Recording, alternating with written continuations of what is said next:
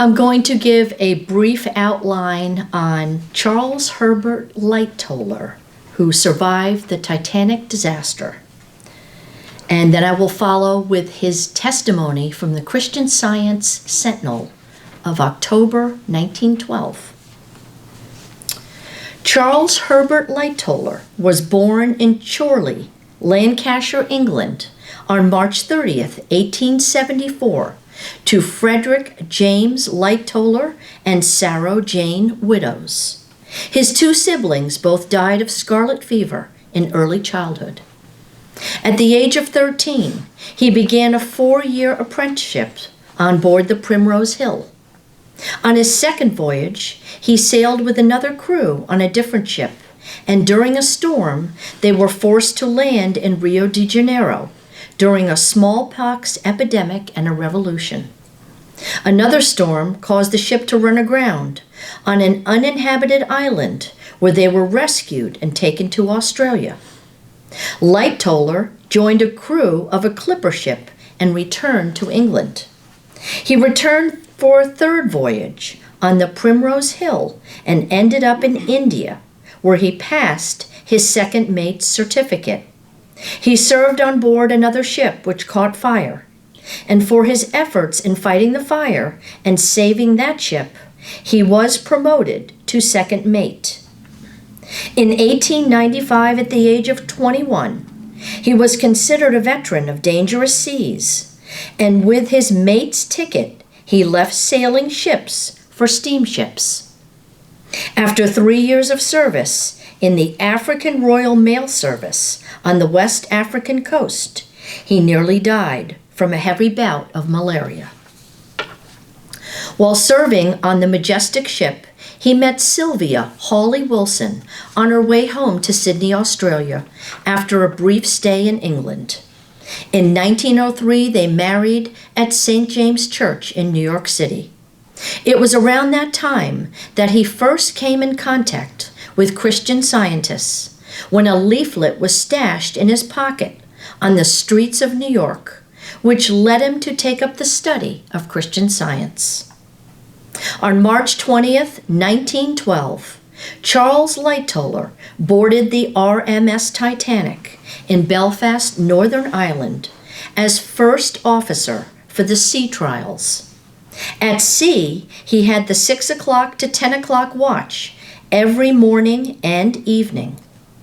On April 14th, 1912, at 6 p.m., he became officer of the watch. After a brief break, he resumed the watch, and at 9 p.m., Captain Smith conferred with Lightoller on the bridge that they agreed they could spot an iceberg with plenty of time to avoid it. Lightoller commanded the last bridge watch prior to the ship's collision with the iceberg, after which Officer Murdoch relieved him at 10 p.m. Lightoller conveyed the ship's course and ice field they were approaching, and that they expected to be in the vicinity of the ice, somewhere around 11 p.m. Lightoller retired to his cabin and was preparing for bed when he felt the collision, and shortly after the engines stopped. The fourth officer, Joseph Boxhall, arrived to Lightoller's cabin and informed him they had struck an iceberg. He proceeded to tell him that the mailroom was flooding. Lightoller immediately dressed and headed for the bridge. I shall now read the testimony by Lieutenant Charles Herbert Lightoller from the October 1912 issue of the Christian Science Journal, titled, "It is Difficult to Tell of the Experience." It is difficult to tell of the experience which follows, but the student of Christian Science will readily see in it that acceptance of the truth made the overcoming of fear possible, even as in the case of disease, and that divine principle is to be relied upon at all times. While the Titanic was sinking, and during the whole time I was working at the boats, I held to the truth, thereby eliminating all fear. I do not pretend that any man can go down on a ship at midnight in mid-Atlantic and succeed in eliminating fear without hard work. It was hard work. And yet the very conditions which existed on the port side were in themselves a demonstration of the workings of truth.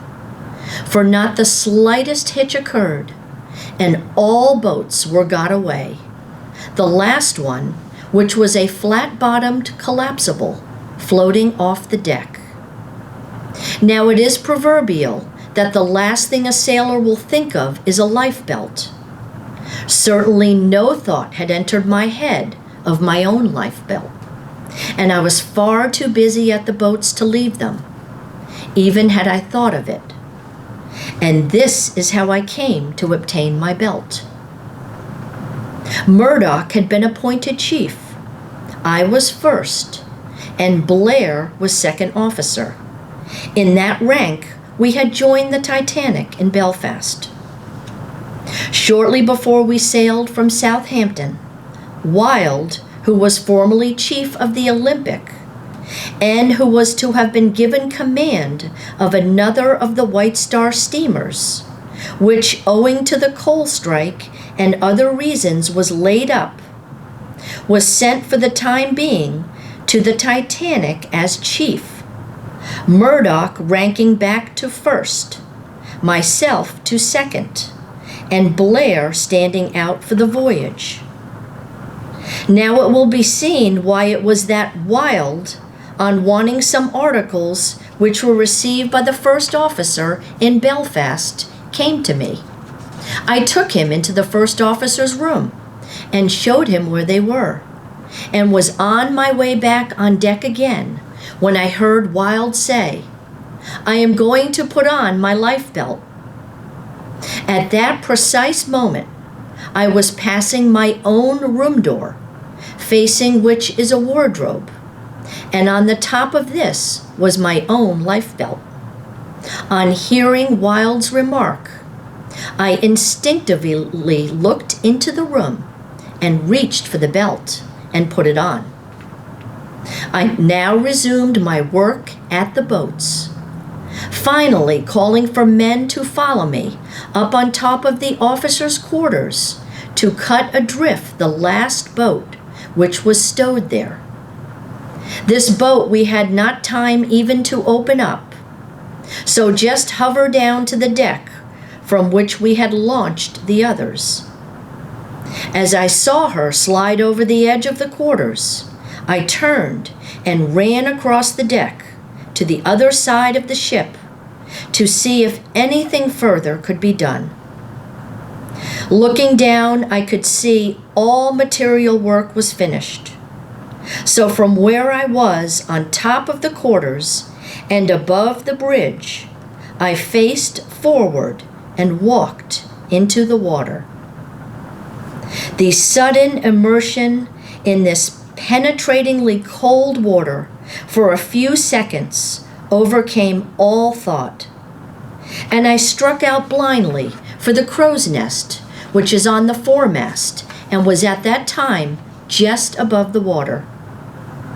In a couple of seconds, I realized that the crow's nest and all other material help was of the same value, and almost immediately I found myself drawn with great force against the grating covering the mouth of the forward blower, a huge ventilator leading down to the forward stokehold.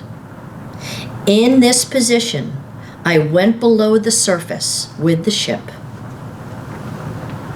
I want to emphasize strongly this point, that as soon as I remember and I collected my thoughts after taking to the water, I remember saying to myself, "Now I'll see how much I have learned from Christian Science." A doubt never entered my mind as to the possibility of my surviving. In other words, of the ability of the divine power to save me. I think I can conscientiously say that with this thought, all fear left me, and I commenced again to realize the truth of being. It was at this moment that I was drawn into the water, still realizing the truth. And while I was below the surface, these words from the 91st Psalm came to me so distinctly that I seemed to realize their full import. He shall give his angels charge over thee. Immediately, I think I was thrown away from the blower and came up to find a piece of wood in my hand, which seemed to be attached to the top of the funnel by a wire. I remained still while the water rushed past me, carrying the people with it away from me. A second time I went down, still holding fast to the truth, and again came to the surface. My piece of wood was gone, but alongside me was the flat-bottomed collapsible boat, which I had thrown down on the other side of the ship. This I laid hold of, but made no attempt to board it. I wanted to be understood that during this time in the water, the fact came calmly and clearly that there was a divine power which could be utilized in a practical manner. And also it seemed perfectly natural to rely on this power with the spiritual understanding which is so often spoken of in the Bible, and which is explained in Science and Health with Key to the Scriptures by Mrs. Eddy. Now, with the sinking of a great ship like the Titanic, there was also the fear of suction to overcome. And at this time, the forward funnel fell, throwing the boat, myself, and other survivors about 20 feet clear of the ship, so that of suction we felt nothing. About 30 of us floated the remainder of the night on the upturned boat, and I could not overcome the intense cold experienced. Yet when a man handed me a bottle of something that smelt somewhat like essence of peppermint, the thought of material means was nothing short of repulsive, and needless to say, it was not taken. At daybreak, we found 2 lifeboats floating nearby, into which we were taken. I was the last member of the Titanic to board the Carpathia, and after interviewing her captain, discarded my wet clothes in favor of a bunk, in which I remained for about half an hour, and was not in bunk or bed again till we arrived in New York. Reaction or effects from the immersion, which I was confidently assured would take place, there were none. And though surprise has been expressed by very many, it only goes to prove that with God, all things are possible. Lieutenant Charles Herbert Lightoller. I'd like to give a little more fruitage on Lieutenant Lightoller. He was the most senior officer to survive the Titanic disaster. He served as commanding officer in the Royal Navy during World War I and was twice decorated for gallantry. During World War II and in retirement, he voluntarily crossed the English Channel with his eldest son Roger to aid in the Dunkirk evacuation in his personal yacht, the Sundowner, and rescued 127 British servicemen in a boat licensed to carry only 21 passengers. all while evading gunfire from enemy aircraft. After World War II, despite his loyal service to White Star Line, he found that opportunities for advancement were no longer available. All surviving crew would find that being associated with Titanic was a black mark from which they could not escape. Lightoller resigned and took odd jobs as an innkeeper and a chicken farmer. During the 30s, he wrote his autobiography, Titanic and Other Ships. He also wrote 4 articles for the Christian Science Sentinel, to the extent of becoming a British political correspondent for the weekly newspaper, the Christian Science Monitor, in the 1920s. Lightoller passed on December 8, 1952, at age 78, during London's Great Smog of 1952. He had 5 children: Roger, who was killed in World War II in 1945, Richard Trevor, Sylvia Mavis, Claire Doreen, and Herbert Bryan. His son Trevor joined the Army and gained rank of lieutenant colonel under General Montgomery's command during World War II. His youngest son Brian, a Royal Air Force pilot, was killed in action in 1939 in a bombing raid over Germany on the first night of Britain's entry into World War II.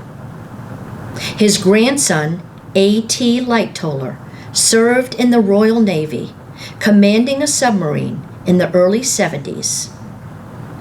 For more information about Lieutenant Lightoller and his incredible life and triumph in overcoming fear aboard the Titanic, you can go to the Mary Baker Eddy Library. Thank you for taking time to listen to his story and his testimony of gratitude for Christian Science in his life during such a tumultuous time.